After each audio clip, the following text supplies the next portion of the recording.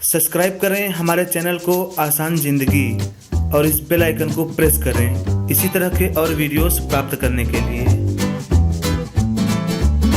मुहूर्त चिंतामणि के अनुसार जो ग्रंथ है उसमें ये विधित है, लिखित है कि जब चंद्र ग्रहण लगता है तो उस समय जब हम कोई उपाय करते हैं तो उसका 1000 गुना फल हमको प्राप्त होता है, लेकिन जब सूर्य ग्रहण लगता है इसका जो फल है वो लाख गुना बढ़ के मिलता है।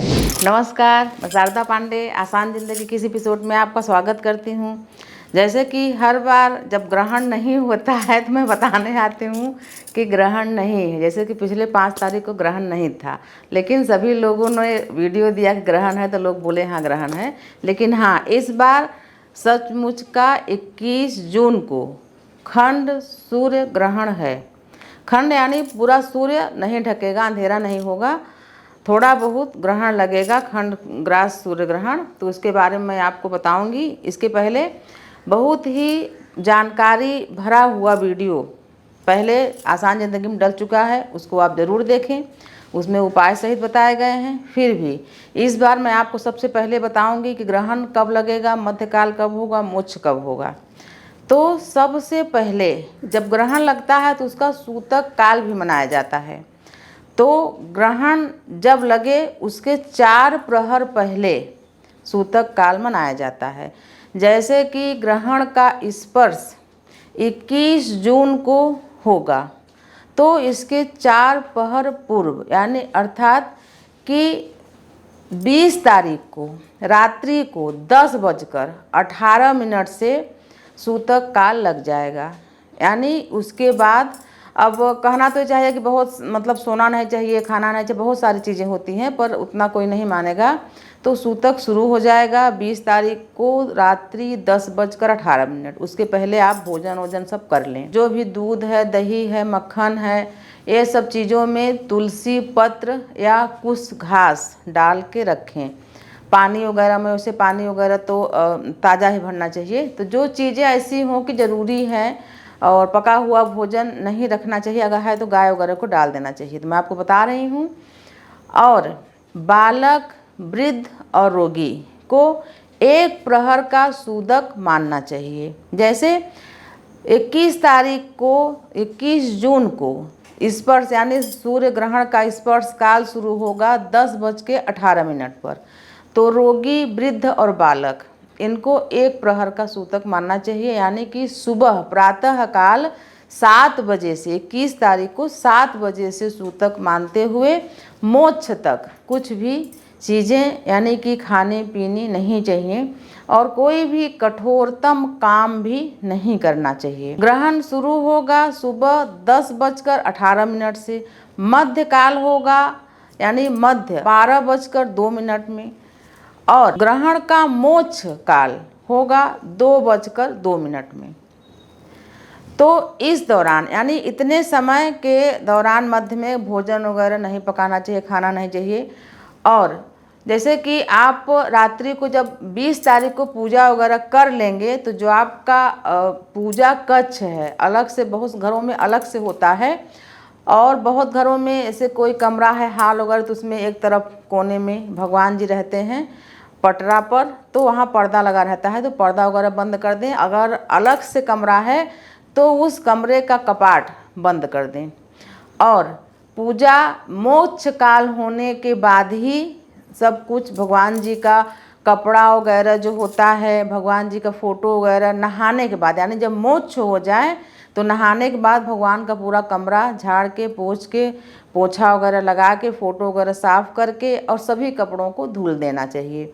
जो भगवान के कमरे में जो नारियल रखा जाता है यानी कि लाल कपड़े में बांध के जो रखा जाता है, तो उस नारियल को भी विसर्जन करके नया नारियल को शुद्धिकरण करके उसमें हल्दी और कुमकुम का टीका लगा के, और जो कपड़ा लाल बांधते हैं तो अगर हो सके तो आप, जैसे कि कभी कभी चूहा वगैरह काट देते हैं, तो नया कपड़ा भी उसी समय बांध सकते हैं यानी मोक्ष काल के बाद।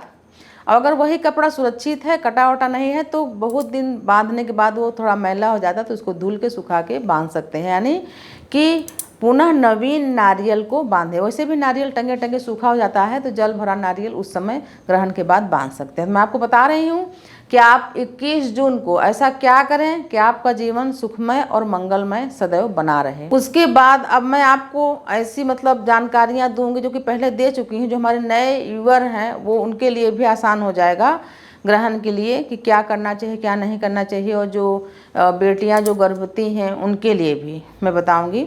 तो कई प्रश्न ऐसे हैं, जैसे कि बेटियां ऐसे पूछती हैं कि मैं बहुत देर तक नहीं बैठ पाती, उनका 8वां या 7वां महीना चल रहा है, तो बहुत देर तक जब बैठती हैं माताएं जो गर्भवती हैं, तो जो बच्चे का गला होता है नीचे तरफ वो दबने लगता है, बहुत देर तक नहीं बैठ सकती, या थोड़ा अधलेटा यानी आधा लेटा हुआ बैठ के भी आराम कर सकती हैं, पूरा भी लेट सकती हैं। तो जब बच्चे को गला दबता है, घुटन टाइप का जब उसको होने लगता है, तो माँ को भी घबराहट होती है। तो माँ ऐसा कुछ भी ना कर जिससे उनको परेशानी हो, क्योंकि काफ़ी समय लग जाता है ग्रहण मोक्ष में सब चीज़ों में। तो माँ लेट सकती हैं, अपने पास तुलसी पत्र या कुछ घास भी रख के वो लेट सकती हैं, करवट ले सकती हैं, चल सकती हैं, बैठ सकती हैं, जैसा भी उनको आराम रहे वैसा कर सकती हैं। और जो बताई हूँ तो ये जो रोगी के बारे में बताई हूँ कि वृद्ध, रोगी और बालक को 1 प्रहर का सूतक मानना चाहिए। तो ये जो माताएं होती हैं गर्भवती, ये रोगी में आ जाती हैं, यानी इनको कई परेशानियां रहती हैं।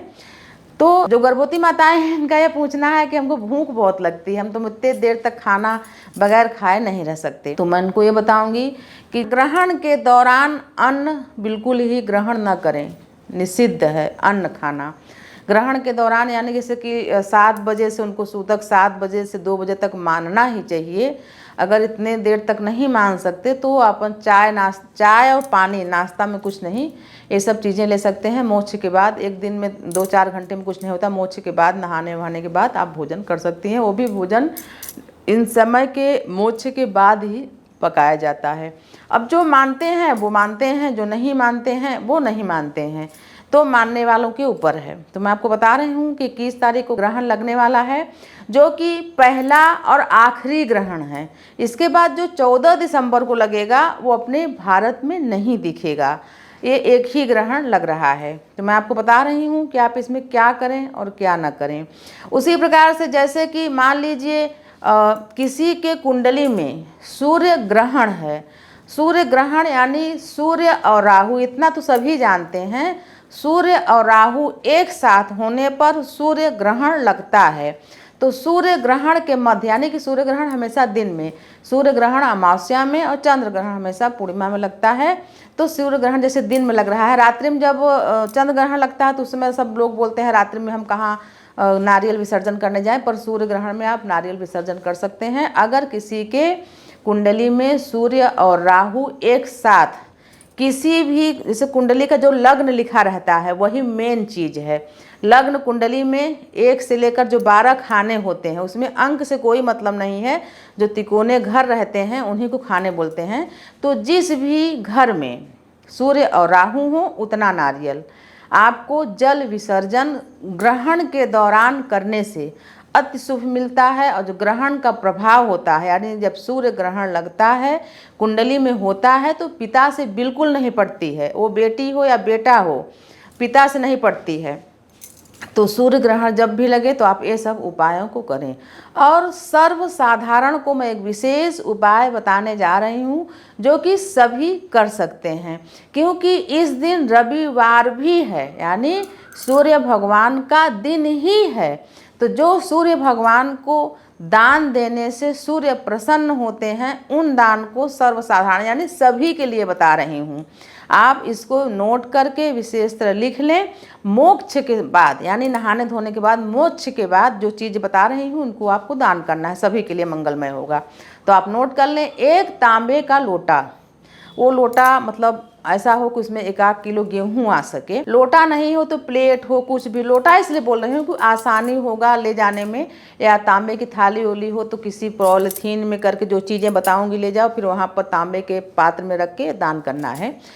तो लोटा ही बता रही हूँ। 1 तांबे का लोटा जिसमें 1-1.25 किलो गेहूँ आए, गेहूँ के अलावा उसमें और कोई अनाज नहीं होना चाहिए।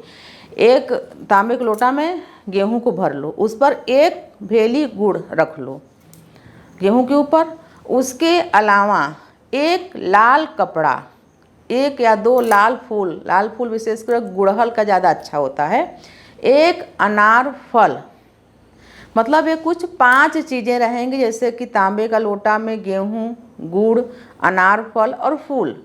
और जैसे कि 5 चीज़ों से ज़्यादा हो रहा है तो इसमें कोई भी चीज़ आप कट कर सकते हैं। वस्त्र जरूर होना चाहिए, एक लाल कपड़ा यानी 1.25 मीटर का या गमछा ले लें। ये 5 चीज़ होनी चाहिए। मैं ज़्यादा बता रही हूँ तो उसमें आप फूल को या किसी चीज़ को हटा सकते हैं। तो एक तांबे का लोटा, उसमें गुड़, गेहूँ, वस्त्र और उसमें एक फूल या कुछ भी रख सकते हैं। तो जो वस्त्र होगा आपको बता रही हूँ, तांबे के लोटा में गेहूँ भर के उसमें गुड़ रख के और अनार फल बताई हूँ। अगर 5 से ज़्यादा हो रहा है तो 5 चीज़ ही चाहिए। और वो जो वस्त्र बता रहे हैं उसको ढक के और आप ले जाएं, ब्राह्मण को या मंदिर में दान कर दें सूर्य भगवान के नाम से। और जो भी आपकी मनोकामना हो वहाँ पर मांग सकते हैं, सभी के लिए है और आपकी मनोकामना जरूर पूरी होगी। श्रद्धा से इस उपाय को जरूर करें। सब कर सकते हैं, छोटे बच्चे, लड़की, लड़का, बूढ़ा, सयान, जवान, बूढ़े, सब कोई कर सकते हैं इस उपाय को। मैं बार बार 5 इसलिए बोल रही हूँ कि 5 संख्या भगवान सूर्य का है।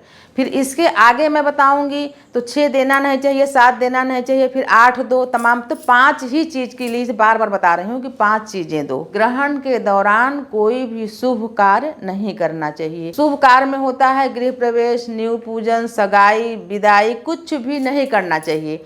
लेकिन तमाम लोग ऐसे हैं जो कि नहीं मानते। तमाम ऐसे पंडित जी भी हैं कि अपने जो जजमान है वो कहें तो वो बोले हाँ चलो करा देता हूँ, कुछ भी नहीं होता।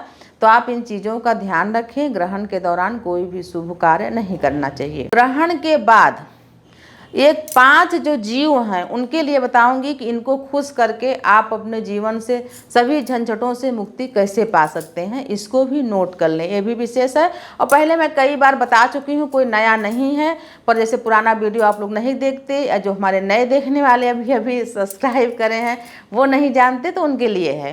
तो जब मोक्ष हो जाए, मोक्ष होने के बाद जब नहा के हम दान करते हैं तो उसमें क्या क्या है, गाय, गौरैया और गरीब, इन 3 चीज़ों को बताते हैं। उसके बाद कुत्ता और कौवा, ये 5 ऐसे जीव हैं कि जो कि पितर से लेकर देवता को प्रसन्न करते हैं। अगर आप इनको किसी प्रकार से सुख पहुंचाएं तो ये जो जैसे कि गाय माँ लक्ष्मी का रूप होती हैं, इनके अंदर करोड़ों करोड़ों देवी देवता का वास होता है। गाय, गौरैया, गौरैया ब्राह्मण पक्षी मानी जाती है।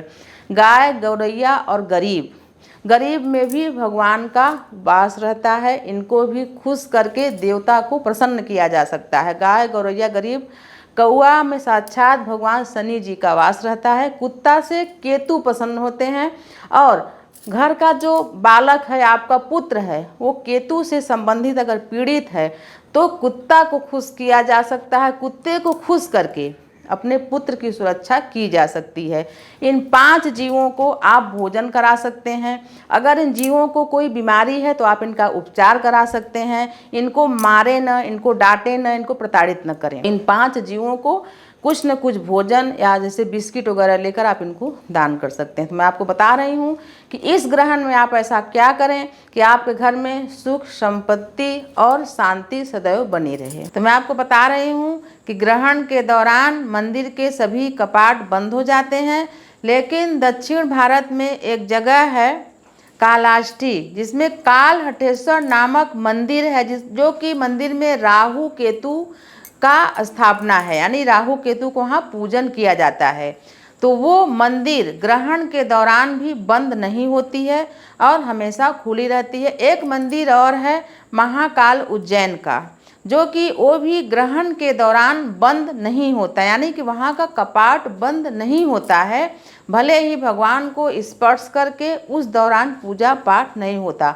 ग्रहण मोक्ष के बाद महाकालेश्वर जी का पूरा मंदिर साफ सफाई करने के बाद ही पूजा शुरू होता है।